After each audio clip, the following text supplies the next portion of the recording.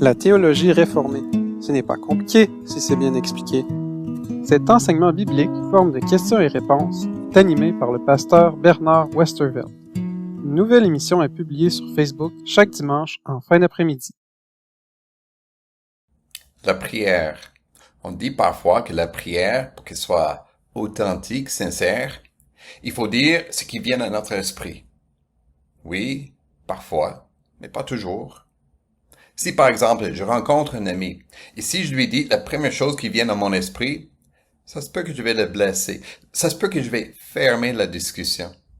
Parfois, c'est bien de commencer avec les mots habituels, les mots attendus, comme « Bonjour, ça va?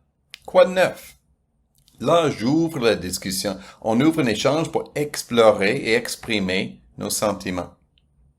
C'est un peu la même chose dans la prière. On commence avec des mots que Dieu nous a donnés. On commence avec des mots, des termes, des phrases clés. Puis ensuite, on peut exprimer d'autres besoins.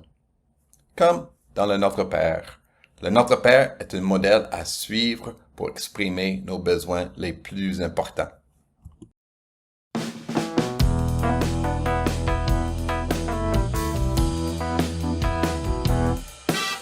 Blabla. Quand tu pries, arrête le blabla. Comme les païens, trop de blabla. Ba-di-da-di-da-di-dam, dam, da-di-da-di, oh, oh. Pas de blabla. Le Notre Père, Christ nous donne le Notre Père pour nous enseigner à prier. Ba-di-da-di-da-di-dam, dam, da-di-da-di, oh, oh. Pas de blabla. Matthieu 6, 7 à 9. Évite le blabla, ne prie pas comme les païens. Ton Père sait ce qu'il te faut. Ton Père sait ce qu'il te faut. Ton Père sait ce qu'il te faut avant même que tu demandes. Blabla. Quand tu pries, arrête le blabla. Comme les païens, trop de blabla. Ba-di-da-di-da-di-dam, dam, da-di-da-dou, oh, oh, pas de blabla. Cherchez d'abord le royaume et la justice de Dieu, et tout cela vous sera donné en plus. Restez vigilants et priez pour ne pas céder à la tentation. L'esprit est bien disposé, mais par nature l'homme est faible. Ne vous inquiétez de rien, mais en toute chose faites connaître vos besoins à Dieu par des prières et des supplications dans une attitude de reconnaissance. Et la paix de Dieu, qui dépasse tout ce que l'on peut comprendre, gardera votre cœur et vos pensées en Jésus-Christ. Pour apprendre à prier, nous allons suivre l'exemple que nous a donné Jésus, la prière de Notre Père. Il y a 6 requêtes, et parmi les 6, les 3 premières concernent Dieu, les 3 dernières concernent nous et notre prochain. La première demande. Que veut dire que ton nom soit sanctifié? Réponse.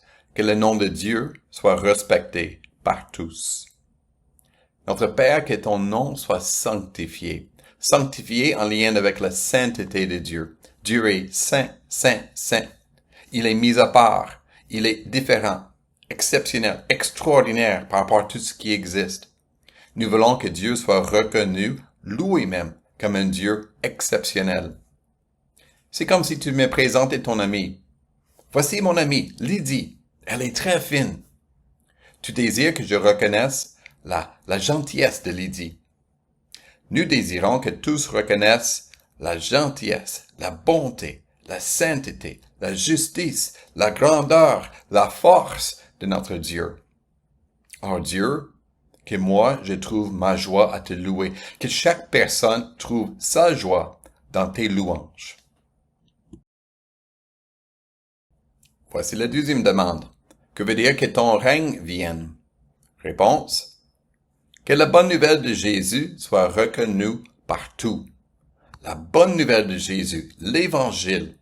Jésus est venu dans le monde justement pour prêcher la bonne nouvelle. Il a dit, le royaume de Dieu est proche, repentez-vous et croyez la bonne nouvelle.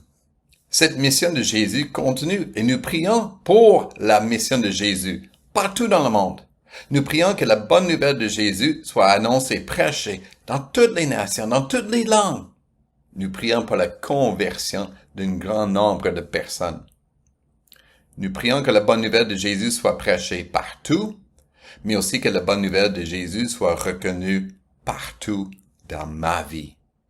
Je veux que dans toute ma vie, ce que je désire, ce que je pense, ce que je dis, ce que je fais, que tout soit imprégné de ce règne de Jésus-Christ dans ma vie. Je prie Dieu que le Christ règne dans tout ce que je suis, tout ce que je fais. Et je prie pour la conversion des membres de ma famille, de mes amis, d'un étranger avec qui je partage de bonnes nouvelles. La troisième demande. Que veut dire que ta volonté soit faite sur la terre comme au ciel? Réponse. Nous sommes appelés à servir Dieu comme les anges au ciel. Servir Dieu. Faire sa volonté. Sa volonté, c'est-à-dire la Bible, la parole de Dieu. Encore mieux, les commandements de Dieu. Nous sommes appelés à écouter et obéir aux commandements de Dieu. Et pourquoi? Parce que les commandements de Dieu sont saints, justes et bons. De plus, nous désirons vivre la joie des anges. Les anges, leur plaisir, c'est d'obéir à Dieu. Nous le faisons mieux que les anges. Les anges ne sont que des serviteurs de Dieu. Nous sommes des enfants de Dieu, des fils et des filles bien-aimés de notre Père. Alors nous prions, Dieu, aide-moi à t'obéir. Dieu, nous désirons que tous les êtres humains t'obéissent. Tu peux prendre un des 10 commandements et prier à l'Esprit de t'aider à obéir. Aide-moi, Dieu, à respecter ton nom. Aide-moi à dire la vérité. Aide-moi à être content, reconnaissant, même généreux. Tout cela est bien résumé dans ces paroles de Jésus quand il nous exhorte. Cherchez d'abord le royaume et la justice de Dieu, et tout cela vous sera donné en plus. Cherchez d'abord le royaume, la bonne nouvelle de Jésus que nous croyons, mais aussi la justice, l'obéissance à la volonté de Dieu. Voilà notre prière, la priorité de notre prière. Puis ensuite, tout le reste, tout ce qui est nécessaire, nous seront donnés. Par exemple, notre pain quotidien. Dans cette prière de notre Père, nous arrivons aux 3 dernières requêtes. Ces demandes concernent nous, notre vie, la vie de notre prochain. Comme par exemple, que veut dire « Donne-nous aujourd'hui notre pain de ce jour ». Que Dieu donne aujourd'hui ce qui est nécessaire à la vie. Notre pain de ce jour. Un père, ton père, il te nourrit, n'est-ce pas? Il s'occupe de tes besoins personnels. Encore plus, ton Père céleste. Dieu le Créateur, il s'occupe de tes besoins spirituels et aussi physiques. Tout ce qui est nécessaire à ta vie, à ton âme et à ton corps. Alors Jésus t'encourage à présenter les besoins. Donne-nous, Père, ce qui est nécessaire pour manger, bien manger. Moi, ma famille, mes voisins, le monde entier. Tu peux prier aussi pour la santé, la sécurité de ta famille, de tes amis, de ton église, encore du monde entier. Tu peux prier pour le travail, ce qui est nécessaire pour ton travail, pour tes études, mais aussi pour tes loisirs, ton service, ton bénévolat. Tout ça, tu peux présenter devant Dieu. Et Dieu, ton Père, il donne ce qui est nécessaire à ta vie. Ensuite, nous prions, pardonne-nous nos offenses, comme nous pardonnons aussi à ceux qui nous ont offensés. Le pardon, tellement important. Qu'est-ce que ça veut dire? Pardonnons à ceux qui nous font du mal, comme Jésus l'a fait pour nous. Nous connaissons le pardon de Jésus-Christ. Voilà ce qui est au cœur de la vie chrétienne. C'est au cœur de notre relation avec Dieu, notre Père, qui est saint, sanctifié, sans péché. Nous sommes encore pécheurs. Nous voulons vivre cette relation pardonnée, cette relation harmonieuse, en paix avec Dieu, notre Père. Alors Jésus nous invite chaque jour à confesser nos fautes, nos péchés. Tu peux le faire.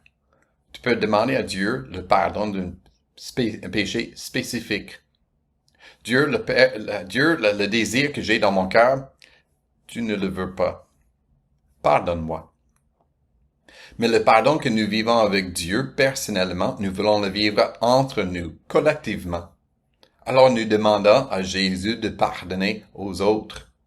Qu'ils soient pardonnés et puissent connaître le pardon complet en Jésus-Christ. De plus, nous prions que nous soyons capables de pardonner les uns aux autres. Que nous soyons capables de vivre une vie réconciliée, des relations réconciliées, paisibles entre nous. Nous le demandons et nous le faisons parce que Dieu notre Père nous pardonne généreusement en Jésus-Christ. La dernière requête concerne notre protection. Et ne nous soumets pas à la tentation, mais délivre-nous du mal. Qu'est-ce que ça signifie? Que Dieu nous garde du péché. Que Dieu nous garde de tomber, de commettre un péché. Il nous faut de la protection contre les dangers de la vie chrétienne. Si on pense à un chauffeur, il y a des dangers pour un chauffeur dans son auto. L'excès de vitesse, une tempête, il peut avoir un accident. Il faut avoir des mesures de sécurité. Donc, on lui donne des ceintures. Il faut qu'il attache sa ceinture pour être en sécurité. Il y a des dangers dans la vie chrétienne. Danger des tentations, danger du péché, danger du malin, c'est-à-dire le diable, ses attaques contre les chrétiens. Il nous faut des mesures de sécurité. Il nous faut de la protection. Notre protection vient de Dieu et par le Saint-Esprit, l'Esprit de puissance, l'Esprit de Jésus-Christ. C'est Jésus qui a remporté la victoire. Lui qui a vaincu le péché, le diable et la mort. Mais avant de les vaincre, Jésus a prié fort. Puis lui nous exhorte, restez vigilants et priez pour ne pas céder à la tentation. L'esprit est bien disposé, on a des bonnes intentions, on veut faire le bien, mais par nature, l'homme est faible. Notre chair est affaiblie. Elle est affaiblie par la réalité du péché qui demeure en nous. Or, Dieu notre Père veut nous aider. Alors, chaque jour, nous prions son secours pour qu'il nous garde du péché. Nous le prions pour nous-mêmes personnellement, mais aussi pour nous-mêmes, chacun collectivement. Que veut dire que ton nom soit sanctifié, que le nom de Dieu soit respecté par tous? Que veut dire que ton règne vienne, que la bonne nouvelle de Jésus soit reconnue partout? Que veut dire que ta volonté soit faite sur la terre comme au ciel? Nous sommes appelés à servir Dieu comme les anges au ciel. Que veut dire « Donne-nous aujourd'hui notre pain de ce jour ». Que Dieu donne aujourd'hui ce qui est nécessaire à la vie. Que veut dire « Pardonne-nous nos offenses comme nous pardonnons aussi à ceux qui nous ont offensés ». Pardonnons à ceux qui nous ont fait du mal, comme Jésus l'a fait pour nous. Que veut dire « Ne nous soumets pas à la tentation, mais délivre-nous du mal ». Que Dieu nous garde du péché. Jésus nous apprend à prier. Il nous apprend à prier le Notre Père, afin que nous puissions connaître la paix, sa paix dans notre vie. L'apôtre Paul nous enseigne la même chose en Philippiens chapitre 4. Il nous dit, « Faites connaître vos besoins à Dieu, votre Père. » Ça peut être tous nos besoins, mais surtout les besoins que Jésus nous apprend dans le Notre Père. Le besoin que Dieu soit glorifié, sanctifié. Que la bonne nouvelle de Jésus soit annoncée et crue. Que la volonté de Dieu, ses commandements soient entendus, écoutés, obéis. Mais aussi nos besoins plus personnels, notre besoin de nourriture, nos besoins physiques, mais aussi nos besoins spirituels, le pardon de nos péchés chaque jour, mais aussi d'être protégés, délivrés de tout péché, de tout mal. Voilà les besoins que nous présentons à Dieu notre Père. Et nous avons cette promesse. La paix de Dieu gardera votre cœur et vos pensées en Jésus-Christ. Nous prions ainsi et nous allons connaître la paix de Dieu. Nous allons connaître cette paix grâce à Jésus qui nous apprend à prier, mais aussi grâce à Jésus qui prie sans cesse pour nous.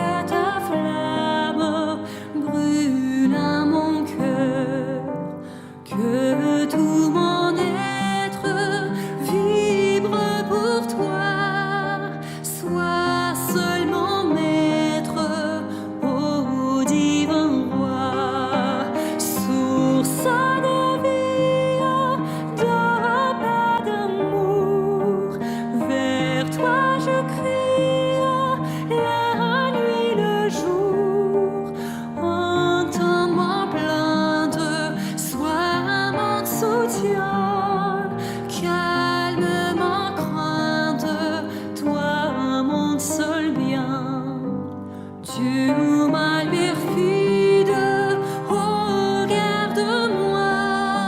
viens, sois mon guide, chef de ma foi. Quand la nuit voile tout à mes yeux, sois mon étoile, brille des cieux, source de vie, de paix, d'amour. Vers toi je crie, la nuit, le jour. Entends ma plainte, sois mon soutien, calme ma crainte, toi mon seul bien. Voici l'aurore d'un jour nouveau, le ciel se dort, des